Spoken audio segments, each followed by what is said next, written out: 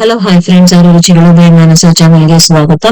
ಪುರಿ ಒಗ್ಗರಣೆ ತುಂಬಾ ಸ್ಪೈಸಿಯಾಗಿ ಮತ್ತೆ ಟೇಸ್ಟಿಯಾಗಿ ಮಾಡೋದು ಹೇಗೆ ನೋಡೋಣ ಬನ್ನಿ. ಹಾಗೆ ನನ್ನ ಚಾನಲ್ ನ ಸಬ್ಸ್ಕ್ರೈಬ್ ಮಾಡಿ ಫ್ರೆಂಡ್, ಹಾಗೆ ಬೆಲ್ ಐಕಾನ್ ಕೂಡ ಪ್ರೆಸ್ ಮಾಡಿ.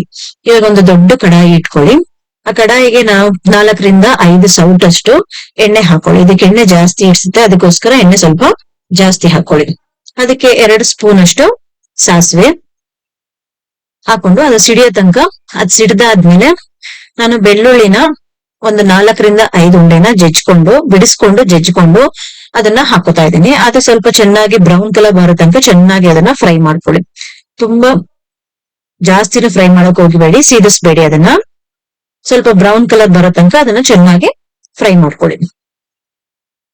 ಬೆಳ್ಳುಳ್ಳಿ ಫ್ರೈ ಆದಷ್ಟು ಟೇಸ್ಟ್ ಚೆನ್ನಾಗಿರುತ್ತೆ. ಈ ತರ ಗೋಲ್ಡನ್ ಬ್ರೌನ್ ಬರೋ ತನಕ ಫ್ರೈ ಮಾಡ್ಕೊಳ್ಳಿ. ಇವಾಗ ಕಡ್ಲೆಕಾಯಿ ಬೀಜ ನಾನು 150 ಗ್ರಾಮ್ಸ್ ಹಾಕೋತಾ ಇದ್ದೀನಿ. ಹುರ್ಗಡ್ಲೆ 50 ಗ್ರಾಮ್ಸ್ ಹಾಕೋತಾ ಇದ್ದೀನಿ. ಕಡಲೆಕಾಯಿ ಬೀಜ ಜಾಸ್ತಿ ಹಾಕೊಂಡಷ್ಟು ಟೇಸ್ಟ್ ಚೆನ್ನಾಗಿರುತ್ತೆ. ಹಾಗೆ ಇಂಗು ಒಂದು ಫುಲ್ ಸ್ಪೂನ್ ಅಷ್ಟು ಹಾಕೊಳ್ಳಿ. ಹಾಕೊಂಡು ಎಲ್ಲ ಚೆನ್ನಾಗಿ ಅದು ಕೂಡ ಬ್ರೌನ್ ಕಲರ್ ಬರೋ ತನಕ ಚೆನ್ನಾಗಿ ಫ್ರೈ ಮಾಡ್ಕೊಳ್ಳಿ. ಇದೆಲ್ಲ ಫ್ರೈ ಆದ್ಮೇಲೆ ನೋಡಿ, ಈ ತರ ಗೋಲ್ಡನ್ ಕಲರ್ ಬಂದ್ರೆ ಚೆನ್ನಾಗಿರುತ್ತೆ ಟೇಸ್ಟ್, ಚೆನ್ನಾಗಿ ಫ್ರೈ ಆಗಿದೆ ಅಂತ. ಇವಾಗ ಒಣಮೆಣಸಿನ್ಕಾಯಿ ಒಂದು 10 ಒಣಮೆಣಸಿನ್ಕಾಯಿ ಹಾಕೋತಾ ಇದೀನಿ. ಹಾಗೆ ಬ್ಯಾಡಗಿ ಮೆಣಸಿನ್ಕಾಯಿ ಕೂಡ ಒಂದು 5 ಬ್ಯಾಡಗಿ ಮೆಣಸಿನ್ಕಾಯಿನ ಕಟ್ ಮಾಡಿ ಹಾಕೋತಾ ಇದ್ದೀನಿ. ಅದ್ರ ಜೊತೆಗೇನೆ ಒಂದು 10 ಎಳೆಯಷ್ಟು ಕರಿಬೇವಿನ ಸೊಪ್ಪನ್ನು ಕೂಡ ತೊಳ್ಕೊಂಡು ಹಾಕೋತಾ ಇದ್ದೀನಿ. ಕರಿಬೇವಿನ ಸೊಪ್ಪು ಜಾಸ್ತಿ ಹಾಕಿದ್ರಷ್ಟು ಟೇಸ್ಟ್ ತುಂಬಾ ಚೆನ್ನಾಗಿರುತ್ತೆ. ಹಾಗೆ ಅರಿಶಿನ 1 ಸ್ಪೂನು, ಅದ್ರ ಜೊತೆಗೇನೆ ಚಿಲ್ಲಿ ಪೌಡರ್ ಕೂಡ 1 ಸ್ಪೂನ್ ಫುಲ್ ಹಾಕೊಂಡು ಎಲ್ಲ ಚೆನ್ನಾಗಿ ಫ್ರೈ ಮಾಡ್ಕೊಳ್ಳಿ. ಇದ್ರ ಜೊತೆಗೇನೆ ಉಪ್ಪು ಕೂಡ ಹಾಕೊಂಡ್ಬಿಡಿ. ಉಪ್ಪು 1 ಸ್ಪೂನ್ ಹಾಕೊಂಡು ಚೆನ್ನಾಗಿ ಇದನ್ನ ಫ್ರೈ ಮಾಡ್ಕೊಳ್ಳಿ. ಸ್ವಲ್ಪ ಅದು ಕ್ರಿಸ್ಪಿನೆಸ್ ಬರೋ ತನಕ ಒಣಮೆಣಸಿನ್ಕಾಯಿ ಮತ್ತೆ ಕರಿಬೇವಿನ ಸೊಪ್ಪು ಎಲ್ಲ ಚೆನ್ನಾಗಿ ಗರಿಗರಿಯಾಗಿ ಟೇಸ್ಟ್ ಬರ್ಬೇಕು, ಅಲ್ಲಿ ತನಕ ಇದನ್ನ ಚೆನ್ನಾಗಿ ಸ್ವಲ್ಪ ಫ್ರೈ ಮಾಡ್ಕೊಳ್ಳಿ. ತುಂಬಾ ಹೈ ಫ್ಲೇಮ್ ಅಲ್ಲಿ ಇಟ್ಟು ಫ್ರೈ ಮಾಡಕ್ ಹೋಗ್ಬೇಡಿ. ನೋಡಿ, ಈ ತರ ಗರಿಗರಿಯಾಗಿ ಚೆನ್ನಾಗಿ ಬರುತ್ತೆ. ಹೈ ಫ್ಲೇಮ್ ಅಲ್ಲಿ ಇಟ್ರೆ ಆಲ್ರೆಡಿ ಕಡ್ಲೆಕಾಯಿ ಎಲ್ಲ ಚೆನ್ನಾಗಿ ಫ್ರೈ ಆಗಿರೋದ್ರಿಂದ ಹುರ್ಗಡ್ಲೆ ಎಲ್ಲ ಸೀದೋಗುತ್ತೆ. ಅದಕ್ಕೋಸ್ಕರ ಹೈ ಫ್ಲೇಮ್ ಅಲ್ಲಿ ಇಡಬೇಡಿ. ಚೆನ್ನಾಗಿದು ಫ್ರೈ ಆದ್ಮೇಲೆ ಅದ್ರ ಜೊತೆಗೇನೆ ನಾನು 350 ಗ್ರಾಮ್ಸ್ ಅಷ್ಟು ಕಡಲೆ ಪುರಿನ ಹಾಕೋತಾ ಇದ್ದೀನಿ. ಪುರಿ ಸ್ವಲ್ಪ ಗರ್ಗರಿಯಾಗಿರೋದನ್ನ ಹಾಕೊಳ್ಳಿ, ಮೆತ್ತಗಿರೋದಾದ್ರೆ ಅಷ್ಟು ಟೇಸ್ಟ್ ಚೆನ್ನಾಗಿ ಬರಲ್ಲ.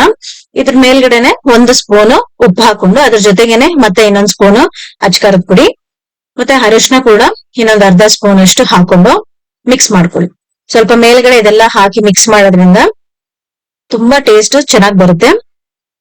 ಚೆನ್ನಾಗಿ ಇದನ್ನೆಲ್ಲ ಚೆನ್ನಾಗಿ ಮಿಕ್ಸ್ ಮಾಡ್ಕೊಳ್ಳಿ. ಅದು ನಾವು ಹಾಕಿದ್ದು ಮೊದಲು ಸ್ವಲ್ಪ ಅದಕ್ಕೆ ಬೆಳ್ಳುಳ್ಳಿಗೆ ಮತ್ತೆ ಕಡಲೆಕಾಯಿ ಬೀಜಕ್ಕೆ ಎಲ್ಲದಕ್ಕೂ ಉಪ್ಪು ಖಾರ ಇಡಲಿ ಮೆಣಸಿನ್ಕಾಯಿಗೆಲ್ಲನೂ ಅಂತ. ಇವಾಗ ಮತ್ತೆ ಮೇಲ್ಗಡೆ ಹಾಕಿದ್ದು ಟೇಸ್ಟ್ ಹಾಕಿದ್ರೆ ಇನ್ನೂ ತುಂಬಾ ಟೇಸ್ಟಿಯಾಗಿ ಬರುತ್ತೆ. ಈ ತರ ಹಾಕಿ ಟ್ರೈ ಮಾಡಿ ನೋಡಿ ಮನೆಯಲ್ಲೆಲ್ಲರೂ.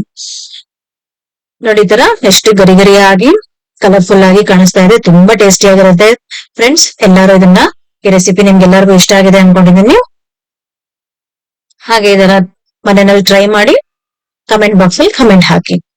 ಇದನ್ನ ನೀವು ಮಕ್ಕಳಿಂದ ಹಿಡಿದು ಮನೆಯಲ್ಲಿ ದೊಡ್ಡವರು ಮತ್ತೆ ವಯಸ್ಸಾದವ್ರಿಗಂತೂ ತುಂಬಾ ಇಷ್ಟ ಆಗುವಂತ ರೆಸಿಪಿ ಇದು. ಎಲ್ಲರೂ ಮನೆಯಲ್ಲಿ ಟ್ರೈ ಮಾಡಿ ಕಮೆಂಟ್ ಬಾಕ್ಸ್ ಅಲ್ಲಿ ಕಮೆಂಟ್ ಹಾಕಿ. ಹಾಗೆ ನಿಮ್ ಫ್ರೆಂಡ್ಸ್ ರಿಲೇಟಿವ್ಸ್ಗೂ ಕೂಡ ಶೇರ್ ಮಾಡಿ ಫ್ರೆಂಡ್ಸ್. ಹಾಗೆ ನಮ್ಮ ಚಾನಲ್ ನ ಸಬ್ಸ್ಕ್ರೈಬ್ ಮಾಡದೇ ಇರೋರು ಇವಾಗಲೇ ಸಬ್ಸ್ಕ್ರೈಬ್ ಮಾಡ್ಕೊಳ್ಳಿ. ಹಾಗೆ ಬೆಲ್ ಐಕಾನ್ ಕೂಡ ಪ್ರೆಸ್ ಮಾಡಿ. ಇದು ಮಳೆಗಾಲಕ್ಕೆ ಚಳಿಗಾಲಕ್ಕಂತೂ ತುಂಬಾ ಟೇಸ್ಟಿ ಆಗಿರುತ್ತೆ. ಕಾಫಿ ಜೊತೆ ತಿಂತಾ ಇದ್ರೆ ತುಂಬಾ ಅಂದ್ರೆ ತುಂಬಾ ಟೇಸ್ಟಿ ಆಗಿರುತ್ತೆ. ಹಾಗೆ ಸ್ಪೈಸಿಯಾಗೂ ಇರುತ್ತೆ. Thank you friends.